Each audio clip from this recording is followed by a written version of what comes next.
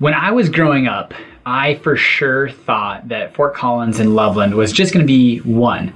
You know, the south border of Fort Collins and the north border of Loveland, you weren't going to be able to tell the difference.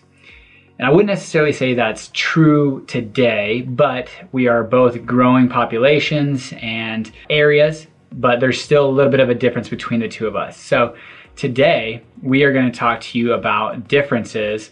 I've got living in Loveland here, Loveland Lifestyles, and I'm living in Fort Collins. And we're going to talk to you about the differences between living in Fort Collins and living in Loveland.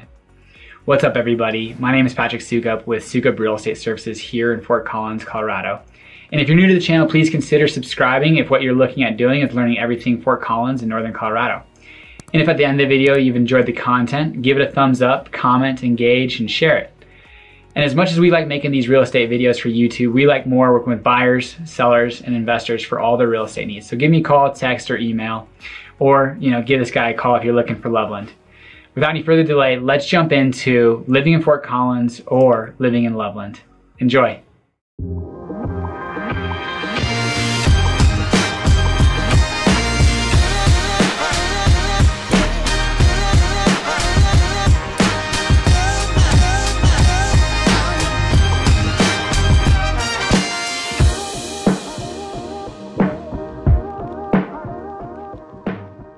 Alrighty, so I do have a channel that's living in Fort Collins, and it's got about 170,000 people versus Loveland, which is a little bit less, but very unique. And I think this video will help you kind of understand the nuances about each area a little bit better, and maybe potentially where you'd rather live. And I don't necessarily think there's a right choice, but it could just fit you and your family a little bit better, one or the other. So, I don't know about you, but Fort Collins for me is just like Loveland in the sense that it's, it's safe and family friendly.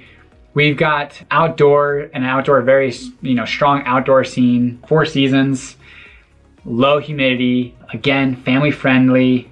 We've got the CSU campus here, which is definitely like our backbone, Colorado State University. And then from there, it's a growing community, about 170,000 people, part of Larimer County, and ultimately somewhere where I was born and raised and really enjoy bringing up my family. So, why don't you tell me a little bit about what Loveland's got to offer? Yeah, so Loveland, in terms of just, environment, in terms of weather, it's going to be pretty close to the same as Fort Collins.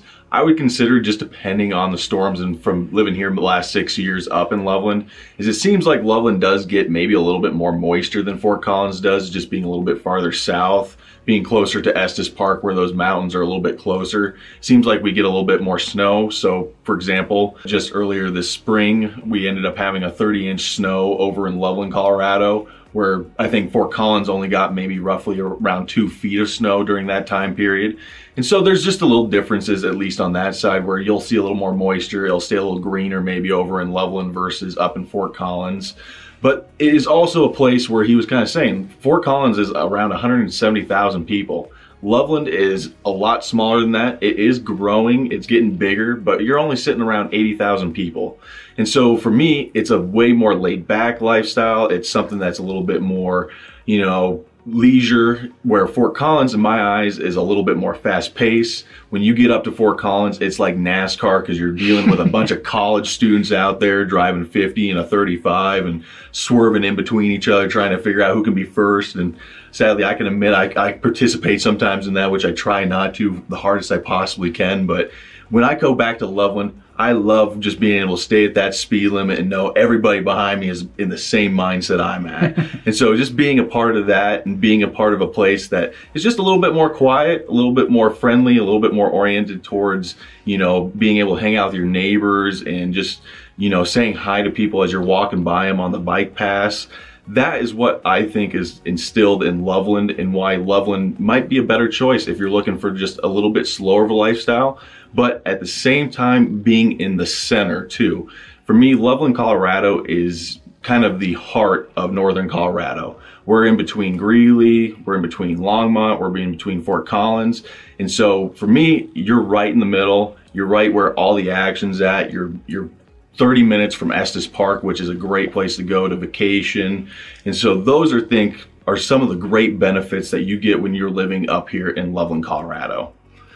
Dang, NASCAR in Fort Collins, which is hilarious because, you know, it's still interesting, you know, working with people from so many different areas. And I talked to them about, you know, traffic in Fort Collins. And, you know, it does take me on a Friday afternoon, 20 minutes from Old Town to where I live on the southeast side of town. But it is interesting because it used to be a 10-minute, 15-minute drive tops anywhere. And I lived in the middle of Fort Collins when I was growing up. But I guess too, from like when you see smaller communities, ultimately it really does get down to perspective. And, you know, Loveland is roughly half the size, but still similar land mass. And, you know, there's lots more space and areas for people to kind of sprawl out. Whereas Fort Collins is definitely a little bit more dense. And just recently, you know, I was talking to folks downtown and we were discussing rental rates for commercial buildings and businesses that are coming there and, you know, comparing like here to Boulder and some of the rates that Boulder was paying that for some of the commercial spaces, which is insane. But ultimately with what's happening in Fort Collins, this density, right? So we've got the Elevations Credit Union building that just was built, the Confluence that was built downtown, and other kind of not high rises per se, but 3 to 4 story buildings that are bringing density down. And when you get that density, you can start charging a little bit higher rents for your commercial because you have, rather than 10,000 people walking by your storefront, maybe 30,000 people walking by your storefront on a daily basis. So Fort Collins is definitely growing, and as is Loveland, just on a different, you know, kind of like starting point. And, you know, that's something to where I don't see either one really slowing down. No, exactly. I mean, in Loveland, we're projected in 2022 to be around 87,000 people. So gaining of probably around 7,000 to 9,000 people is kind of the estimated for 2022.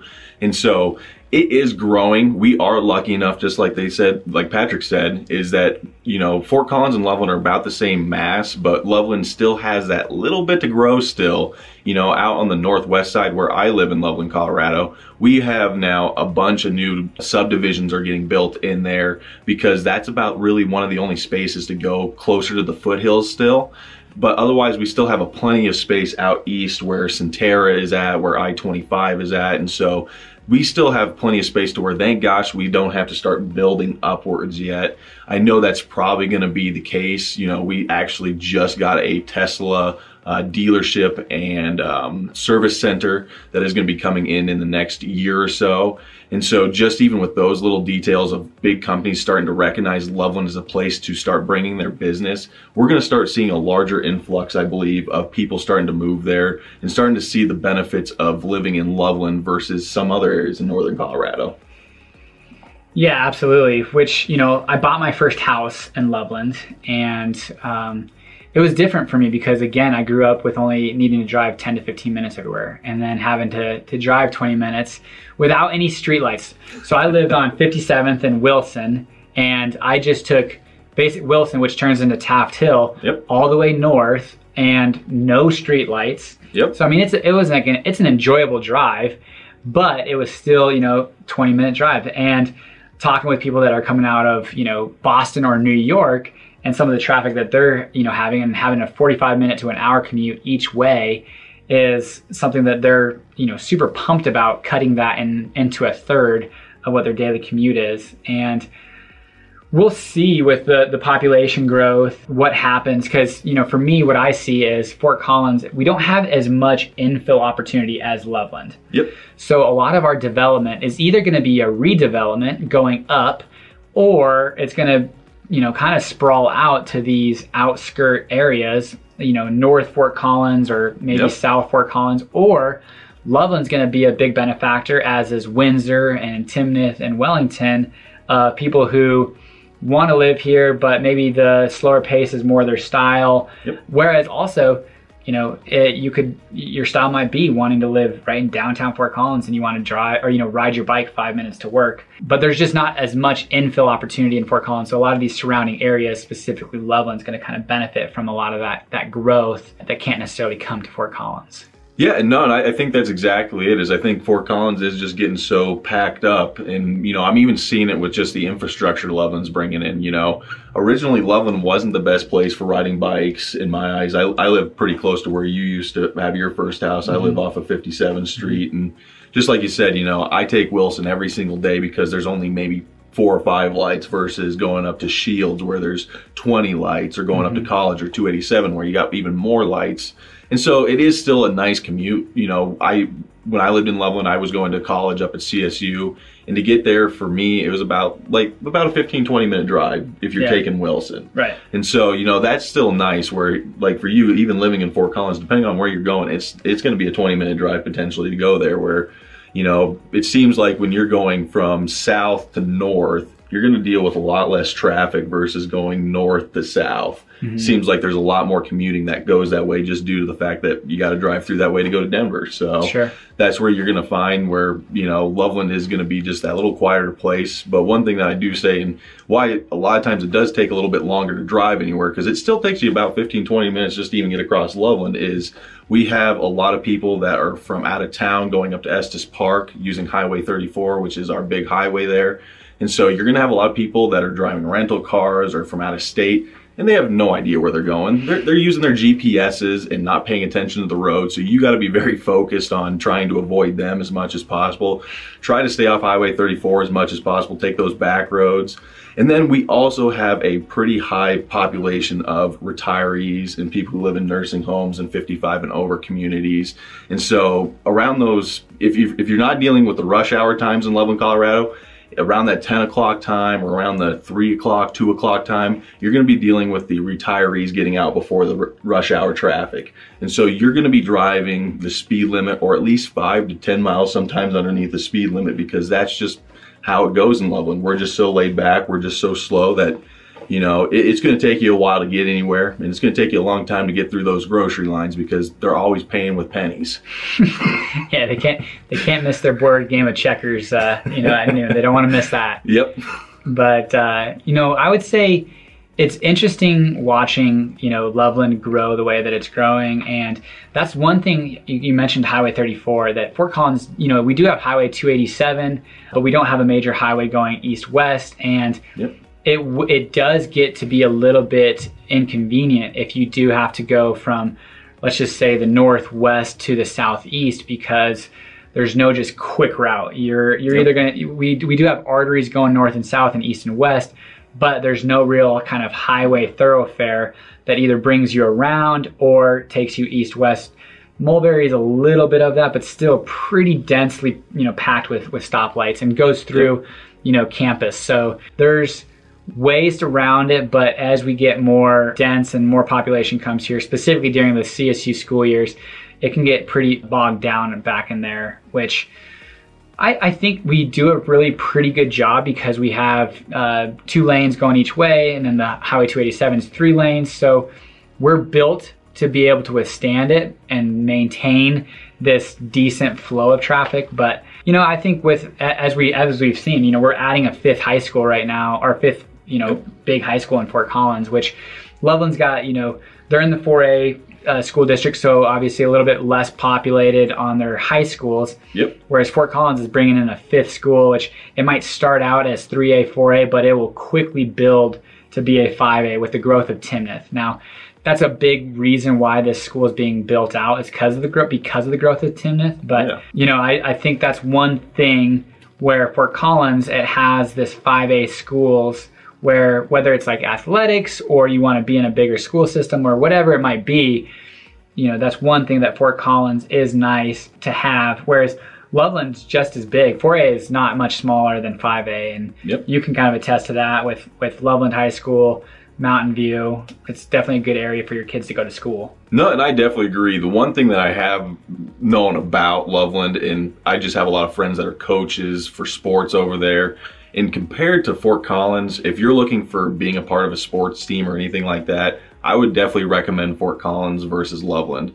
I've just seen in the past that we're just not nearly as competitive in soccer or in basketball. We don't have the amount of people compared to maybe Fort Collins does, or there's just not as many, you know, competitive people in Loveland. I'm not sure exactly what it's about, but we get crushed by Fort Collins all the time in sports. My sister, she does soccer for the high school, and she says it's just hard to watch sometimes being a coach, seeing there saying we just don't have the talent in Loveland, Colorado that Fort Collins unfortunately does have. Yeah, definitely. I mean, I know that they're pretty good in football. There's different brackets and things of that nature, but I would say for me, if sports is what you're kind of most interested in, yeah, being in a 5A is definitely probably where you want to be. But not trying to dig or downplay what's going on in Loveland. So I guess one thing I kind of want to end on is a few just questions. Like if you were to tell somebody coming in from out of state, let's just say, from wherever, the East Coast, and they're looking at Fort Collins or Loveland, what would you say, is a reason that they'd want to move to Loveland? The reason why you'd want to move to Loveland is if you want to be near all the resources, all the amenities, everything that Fort Collins offers, everything Greeley offers. You're going to be within really easy commute times to get to those places. What I've heard from a lot of people when you're up in from the south side of Colorado, maybe over in Parker, everybody who ever talks to me that are my friends over there, just like, oh man, you live up near Fort Collins, man, you're in Wyoming, you're not even a part of Colorado at that point. And so Loveland is one of those ones that's a little farther in to where people don't recognize it as being up in Wyoming. And so for me, it's just a better place for being a commuter. You're closer to Denver, you're just closer to areas, you have close access to I-25, you can take 287 down different areas. So it's just got a lot of different paths and back roads to be able to get yourself around the northern side of Colorado.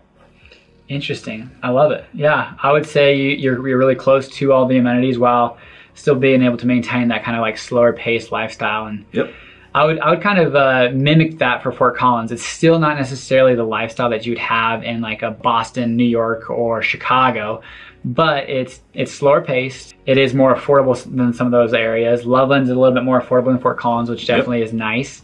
But I would say if I were to talk to somebody of why they might choose Fort Collins if they're coming out here is definitely a lifestyle choice. You're coming out here for all the outdoor scenes, the Pooter Play Park, the climbing, the gyms, all of your things that you're wanting to do, the bike pass, everything like that Loveland can absolutely offer. Maybe Fort Collins can, just at a little bit bigger scale, is why I would say somebody might look at moving to Fort Collins. So there you have it, folks. Comparing living in Fort Collins to living in Loveland with the man himself, Connor Martin, who's got his own YouTube channel. So if you haven't already, go check out his Loveland Lifestyles. He'll be talking to you specifically about everything in Loveland. And again, what I'm talking to you guys about is everything Fort Collins and northern Colorado. Born and raised here. If you guys are looking at making a move or transition, relocating, or selling a house here in Fort Collins and northern Colorado, as much as we like making these real estate videos for YouTube, we like more working with those clients. So give me a call, text, email, whatever it is. I've got your back when it comes to everything Fort Collins, Colorado. Thanks for watching. Until next time, guys, take care.